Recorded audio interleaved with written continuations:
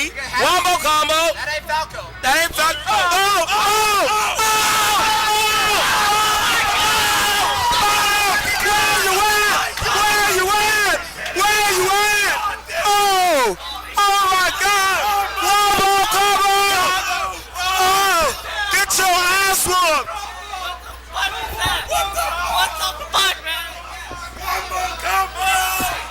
Wow!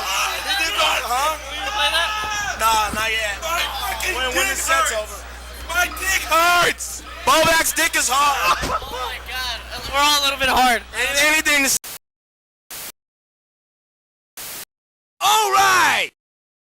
You want me to wrap up Smash, like, as a whole? Yeah. The whole thing? The whole thing. We actually had this thing where I would play Marth and he would play Roy. Because Roy has the fire and he's cool. Connor always got the cool one, and I always got the lame one.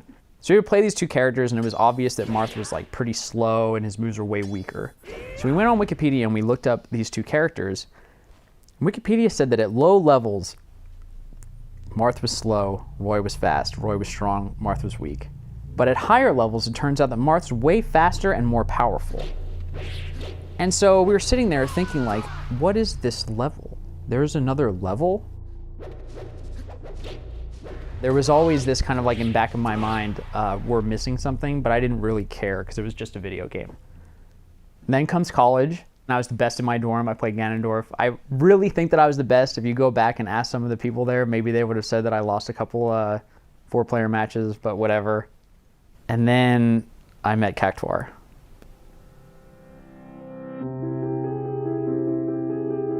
I didn't even play him, but he was there, like destroying everybody, of course. I mean, at that point, he was actually like a top 20, top 50 player in the nation, probably in the world. And so there were people who played with him and knew like some amount of the advanced tech, and you know, you just walk over there and lose to literally everybody. People always call Melee a beautiful accent. There are a couple of games that kind of fall into that category.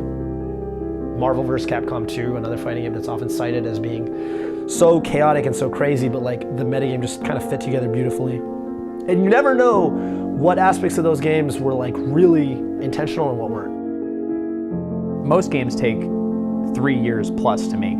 This game took 13 months to make, and it's very well known that Sakurai and his team almost killed themselves trying to do it, right? They compressed 2 years of development into 13 months. And when I think about that, there are aspects of the game that I think there's hints that people knew about these weird little quirks, but it doesn't seem like anybody really investigated it.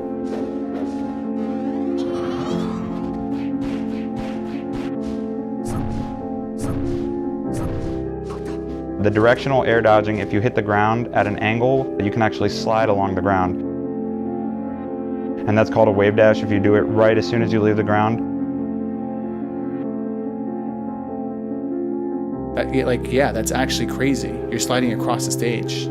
Let's use Shine with Fox or Falco and immediately wave dash after it. And it's like, whoa. I can use this as a pressure tool. I could use this to combo people.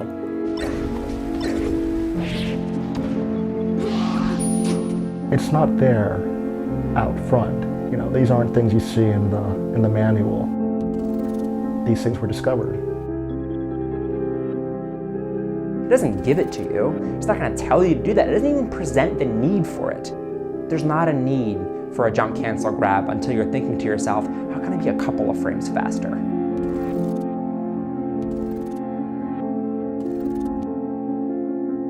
These people are moving faster than you. You need to find some way to keep up. All the old tricks aren't working anymore. As more and more people started to integrate that stuff, we realized that you pretty much do need to do that to stay competitive with everyone else. You sit down day one, you try to do it, you screw up a lot. And you wake up the next morning and immediately you're already better at it. You can feel the muscle memory like in your hands. You're like, whoa. You feel like you leveled up. And unlike in an RPG where your character levels up, it's like you yourself leveled up, so you can really feel it, and you're like, whoa, like my hands have this new power. It's like a secret code put there for us to figure out. It's a different game you're playing all of a sudden. If Melee was intended to be competitive at all, then you would think that a lot of this stuff they put in on purpose, but it wasn't intended to be competitive. Was this stuff put in on purpose, or was it just a product of a great physics engine and some stuff just happened by accident that happened to be really advanced and good for competitive play? It's an enigma. Melee is just a beautiful enigma.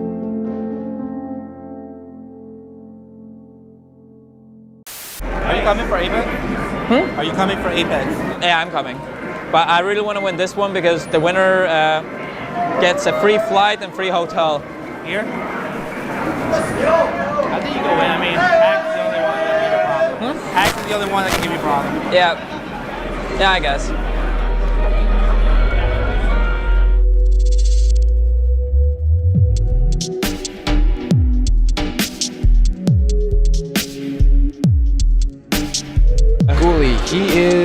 He's another Connecticut player, actually. Ooh, rough life. The intangibles are things that you can't really fully explain, and they're just so intricate and happening so fast that you can't say, well, in this position you need to be here. It's like, well, no. If you've conditioned him to react to this kind of position this way, then you need to be here. We are getting into game 1 of winter semis here. If you're in this spot, you're already winning before the exchange even begins. It's like the end of the Star Wars movies, the bad ones. Obi-Wan is on the hill. God, what a stupid scene. But he says, the fight's over, I already won, I have the high ground. And then Darth Vader, or Anakin, just still jumps forward and then he gets his leg sliced off. It's like that in Melee.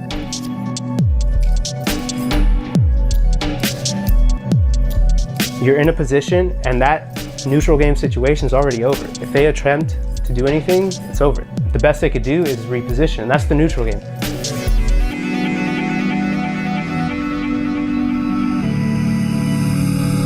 The actual neutral game is what keeps this game never ending.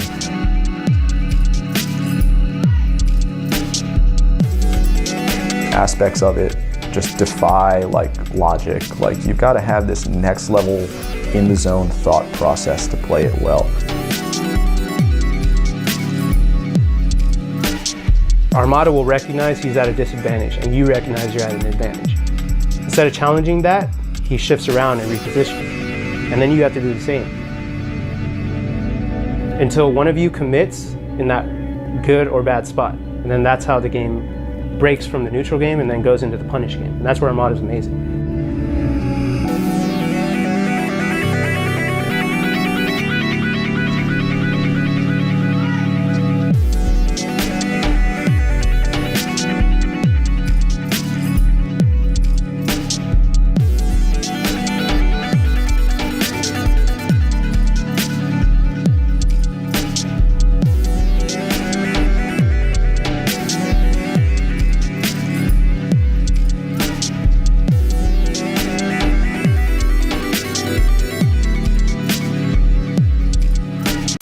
I was really into the word true that for some reason. That's when the word just first came out, everybody was saying it.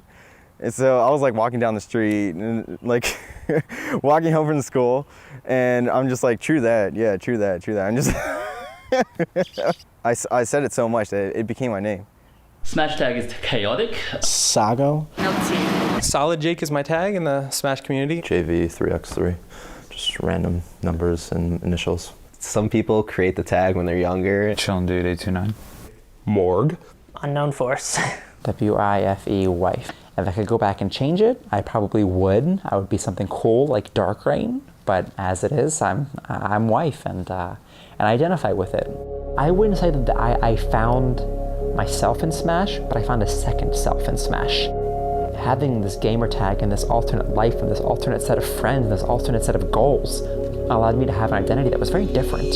In regular life, some people call me the most positive person they've met. I'm a very positive person, but in Smash, I'm arrogant. I'm arrogant and I can be condescending and I know what I want and I'm aggressive and forceful, and it's fun to have that second identity. I wonder how many people found a community where they were able to express themselves where they couldn't before. Right here! The newlyweds, I saw your picture. This is my, that's wicked. That's awesome. There's a counterpart to my wife, yeah, a husband, of course. which has been very difficult over the years. I can't tell you how many times I've had to explain to someone that I'm not gay. I'm not in a gay relationship, it's just a thing. The Newlyweds was a TV show with Nick and Jessica, and that was part of it, but also Peach wears a white wedding dress, and she looks like a bride, and so it was silly. Ken is a villain. Ken is a villain. I have to say that with certainty. He was a dick. I would force myself to cancel 50 times in a row without missing it.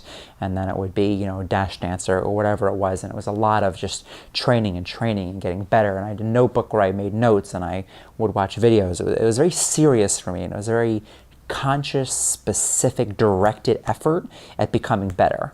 The Newlyweds, husband and wife, formed the core of Team Ben, a crew of ambitious Maryland and Virginia players looking to make a name for themselves. In 2005, they took a step in the right direction by teaming up with videographer Eric Reichenbach, or, as he came to be known, Bach. Kevin, how was your night last night? Hey, but I'm filming my night last night. Oh!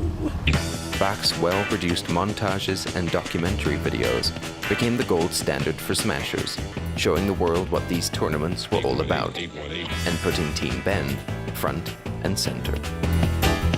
You hear me, Florida? You are going down. I'm going to stand on the edge of Georgia and lift you up and throw you into the ocean. That's what I'm going to do. You are going to be gone. 818, 818.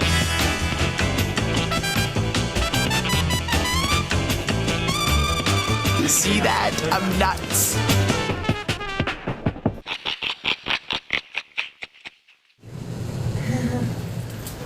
There was 501. There it is.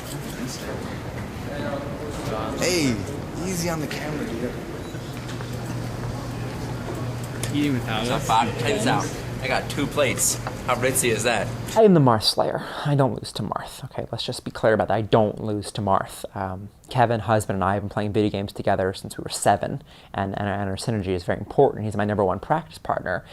Kevin is also a douchebag, which is important to the story because when you're playing Kevin, he won't let you stop playing until he wins. And he will not. Okay, we can be about to go to a party or a movie or to sleep, it doesn't matter. We don't stop playing until Kevin realizes why he's losing. And so if Kevin and I are playing Marth Peach, Marth Peach, Marth Peach, March Peach, I want to play Sheik for a little while. Nope. Let's go catch that movie. We're going to miss it. Nope. Sit down and keep playing till I win. Okay, because he wants to get better. He's got that drive in him. And he's a jerk. It's a combination of the both. It's a fantastic combination. He's very stubborn, though. And so Kevin and I played endless amounts of Marth Peach, so I know everything that Marth can do. Nothing surprises me. It was my destiny to play Ken. It was my destiny because we were rivals as people and because I was the Marth Slayer. And it finally happened that at MLG Atlanta, I was pitted against him. So I walked over to his TV and I said, Ken, we got to play. And he was like, and I was like, no, you don't understand. This is destiny. We play right now. So I sit him down. Marth Peach. He trashes me. Then I do some ridiculous combos and I win the first match. Done. He makes the error of staying Marth. Same thing. He had the 2-stack lead on me, but when I'm playing Marth, I don't get nervous.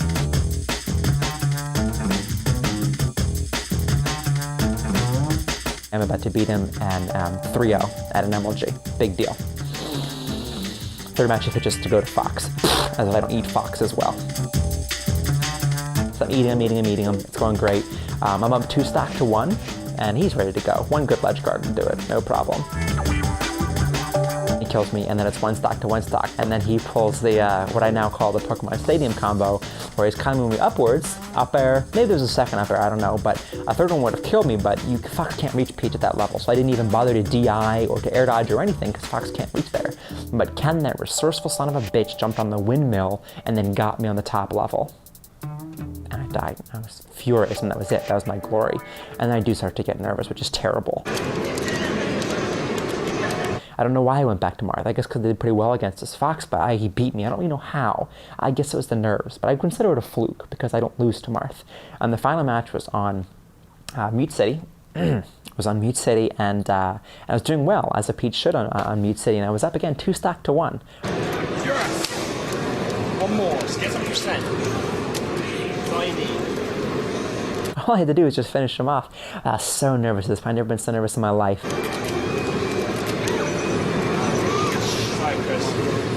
My hands were physically shaking.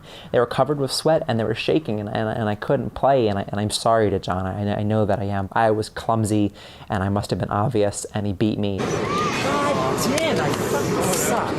Good games. And I threw my controller and I screamed and I dropped a couple of F-bombs. And I know that Hugs taunted me about that for a long time. It was my match to lose, and I did. And it was very tough. I can't go back and watch the matches on YouTube. It's just too painful. But I do think things would have been different for me if I beat him. I think everything would have been different.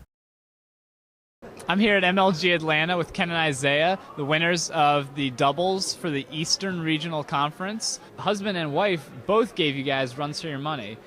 I don't think the newlyweds were playing, or I don't think they were that great. Honestly, they're all talk mostly. Ken and Isaiah, they said that they were not impressed with you guys, and they said they're going to annihilate you next time instead of just a close victory. When the set was over, Ken said to me, "You had no chance." Ooh, ooh. But that's the kind of thing that makes a person want to get better. That's exciting. It gives life a little flavor. You know, Fight Club, when they're asked to start fights and how difficult it is to actually start a fight, how much can you know about yourself you've never been in a fight? How much can you know about yourself you never had a nemesis? You have a person who's your opposite, who you need to go against, someone who really wants to see you fall. It took people out of a comfort zone, which I think was important. And especially gamers who aren't getting in fights at bars, you know, but it was an outlet to find a place to prove yourself, and you could do that with your controller. Today's winner is Dr. Pee-Pee. Come on. I toy around with the idea of there being two schools of thought. East Coast, West Coast are actually kind of interesting. They kind of almost represent that dividing line in some ways. There's a faction of people in Smash terms, we would say they want to learn the frames, learn the game, hit your opponent as hard as possible, keep yourself safe. Then there's the other side. They are interested in picking apart the player, being unpredictable, learning to move in ways that would trick someone. And you know, one's more rigid, one's free-flowing, one's perfectionist, one's stylish. You can almost divide the camps into perfectionist punishment, people neutral. I was not a neutral player. The thing that we focused on all the time was like neutral game stuff. Like how do I think about Mango's tools? Like he just jumps up into the corner. He just jumps up in the corner and then falls down. I don't get it. But jumping up in the corner and falling down wasn't that simple. He's giving you the opportunity to make a mistake into his gameplay. He's kind of playing it like J-League play. Depending on like how he felt about it, how Mango felt about it, he would either like double jump or just come down out of nowhere and hit him with that and then convert it into a big combo. Like that small piece of it, it's just, again, that's one small piece of the overall. Mango, that's disrespectful to everyone. To Hurrybox, to me, to you. After a resounding victory at Pound 4, Melee's greatest player was looking for a way to step back from the game and found his opportunity in the up-and-coming Falco player from North Carolina. Mango's kind of looking for like a successor. Right? At that point, he's like, whatever, I'm tired of doing this. You all suck and whatever, and I want to train someone. And we played a lot and we talked some. It was, I was kind of put off by like how abrasive he was, and no, I will not tell you that once you get to know him, it's better. No, he just stays abrasive, and like he just also learns to make you feel good sometimes. Complete disrespect. His name on Twitch before he started streaming used to be I Destroy PP69. Like that was Mango. He didn't even bother putting his own name on his own account. It was I Destroy PP69. They would always talk. They would talk about the game. They would poke fun at each other, Mango more so. I think we fit certain roles for each other. He was kind of in my corner after that point. He really wanted a Spacey to do well. He's like, yeah, Mewtwo King plays like a virgin, whatever. And we became friends. We talked on AIM. We got a lot closer. And Mango would tell me where I was on his friend hierarchy. I was always at the bottom of the list. He would link me like his gangster music, and I'd be like, oh, okay. I'd listen to like pop music and Toho. He'd be like, what do you think, man? And I'd be like, oh, it's pretty sick, dude. And he'd just be like, And he'd just be like, I'm so disappointed in you, Kevin. I don't know what you want. I don't listen to this. And I could feel as I got better, as I kind of was exposed to more stuff, as I, you know, especially as Mango got better and I got to know him better and talk to him about the game more, and I would play him, I felt, this sounds a little strange, but I felt there was this limiter, this wall, there was like something holding me back. I felt like chained. I wanted to come forward, but I didn't know how. I didn't understand what to do. Even though I was like playing very rigidly, I wanted to get them. So like I'm not running across the stage at them like Mango. I would play like with like always having a threatening intent, like, you know, you have to watch out. If you slip up mentally, I'm going to come and get you. But until then, I'm going to wear you down. And people just kind of said, no, you're just playing lame.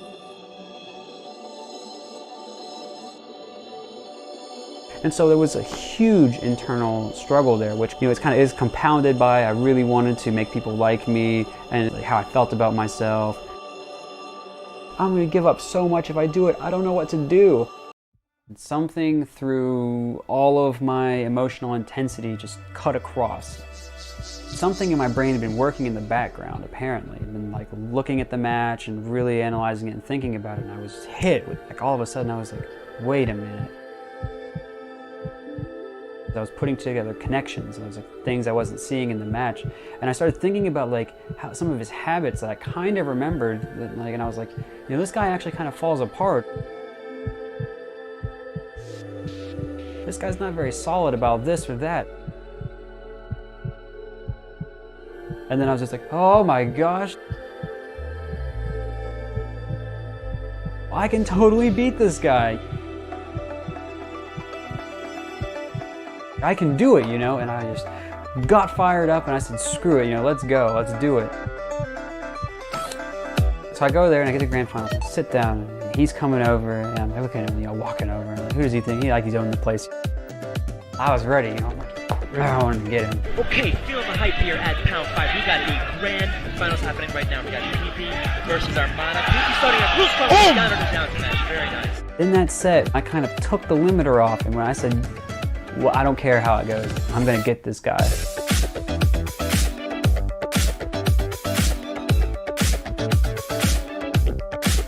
I don't care how I play, I don't care about approaching, I don't care about what I think is right or wrong, I'm gonna get him. That's all I care about.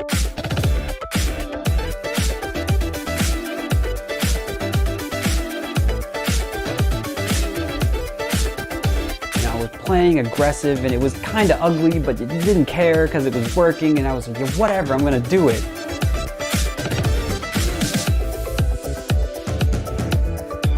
I was so close to losing, but I remember being in my head back then, and I remember thinking, it doesn't matter how close it is, I'm going to beat him. 4P, gets the edge guard. This is his last stock. It didn't matter how good he played, it didn't matter what he was doing.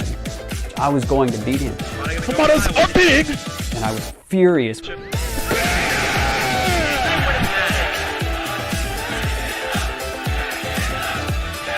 He is chasing him down.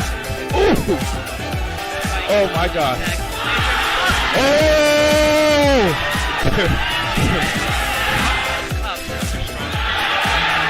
And I was making him do crazy air dodges like he just didn't do.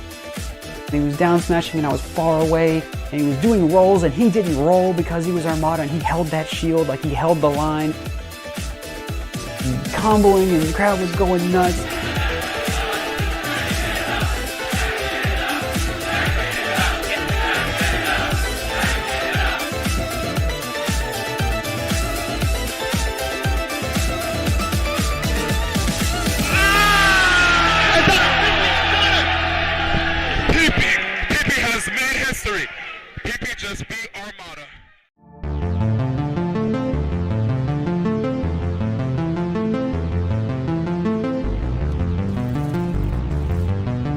Battlefield. All right. Battlefield. Not bad. Yeah.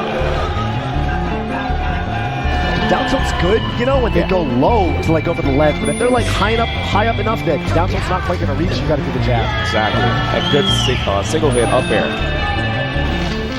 Too fast. Yeah.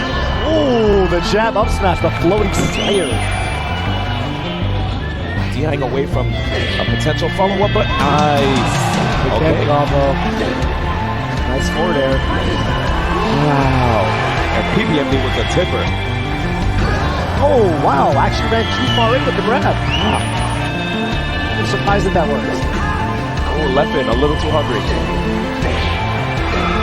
Wow, and he survives. Yeah, yeah. Great stuff from PP.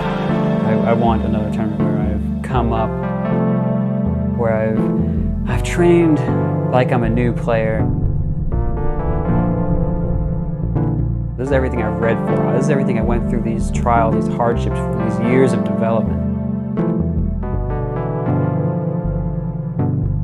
I want to show myself that, you know, I deserve this.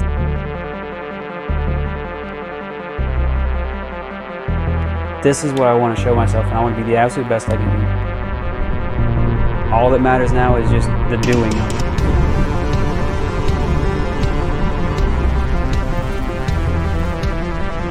Reminding them repeatedly to where they can't forget that it's going to be me that's doing it.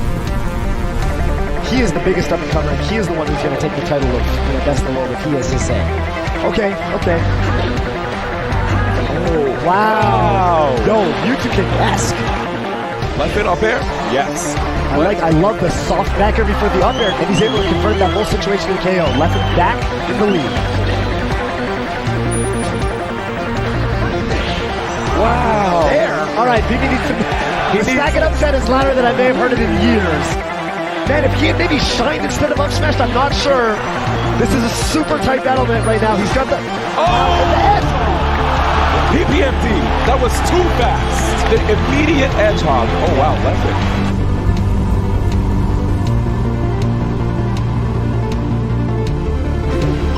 Yes. Wow. Wow, Leffen is running away with this game. He's looking so solid. Yeah. And good job by Leffen. Nice stuff from Leffen. Yes, 2-2 in the set. Again, largest smash tournament of all time. Leffen versus PP, game 5.